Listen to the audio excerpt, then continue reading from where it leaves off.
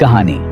जिनों की वादी एक दफा का जिक्र है कि एक पहाड़ी इलाके में एक छोटा सा गांव था। ये गांव सरसब्ज और शादाब वादियों से घरा हुआ था, मगर उसके करीब एक खौफनाक वादी थी जिसे लोग जिनों की वादी के नाम से जानते थे। गांव के बुजुर्गों का कहना था कि वहां जाने वाला कभी वापस नहीं आया। गांव में एक बुजुर्ग बाबा रहते थे जिन्हें सब बाबा करीम कहते थे। वो दाना, नेक दिल और बहादुर थे। लोगों को उन पर मुकम्मल भरोसा था। एक दिन गांव में एक नौजवान लड़का जमील लापता हो गया। इसके दोस्तों का कहना था कि वो गलती से जिनों की वादी में चला गया है। गांव वालों में खौफ और हिरास फैल गया, मगर बाबा करीम ने ऐलान किया, मैं जमील को तलाश करने जाऊंगा, चाहे मेरी जान ही क्यों न चली जाए। बाबा करीम ने अपने सफर के लिए जरूरी सामान लिया, जिसमें एक चिराग, चंद दुआएं और गांव के बुजुर्गों से मिली हुई हिदायतें शामिल थीं। वादी के दरवाजे पर पहुंचते ही उन्हें एक अजीब व गरीब खामोशी ने घेर लिया। हवा रख गई थी और दरख्तों के पत्ते भी साकत हो गए थे।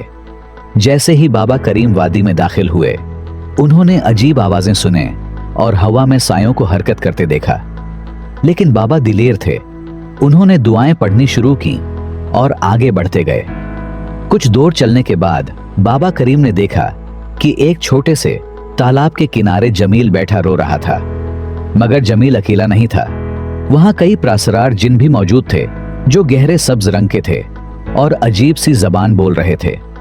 बाबा ने जमील को आवाज दी, मगर जिन्हों ने गुस्से से चीखना शुरू कर दिया। बाबा ने मजबूती से चिराग हुआ में डाल दिया, निकाला और दुआएं पढ़कर चिराग रोशन किया। चिराग की रोशनी से जिन पीछे हटने लगे। माहिदा और रहाई जिनों के सरदार ने बाबा करीम से बात की, ये लड़का हमारे इलाके में आया है, उसे वापस ले जाना आसान नहीं होगा। बाबा करीम ने नरमी से जवाब दिया, ये बेकसूर है, उसे मुआफ कर दो। मैं वादा करता हूं कि गांव के लोग तुम्हारी वादी की हरमत का एहतराम करेंगे। जिनों के सरदार ने कुछ सोचकर कहा, अगर तुम वादा करते हो कि दोबारा कोई यहां नहीं आएगा तो हम उसे जाने देंगे। बाबा ने वादा किया और जिनों ने जमील को रहा कर दिया। बाबा करीम और जमील ने गांव वापस आकर लोगों को जिनों की वादी की कहानी सुनाई और ताकीद की कि कोई भी वहां न जाए।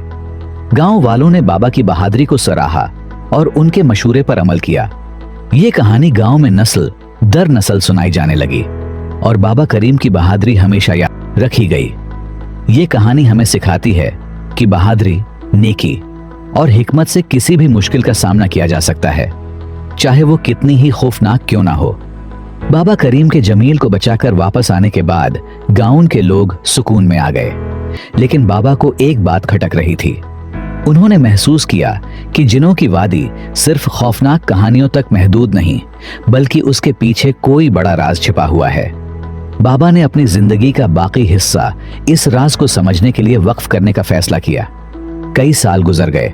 बाबा करीम अब उम्र रसीदा हो चुके थे, मगर उनका दिल अब भी बहादुर था।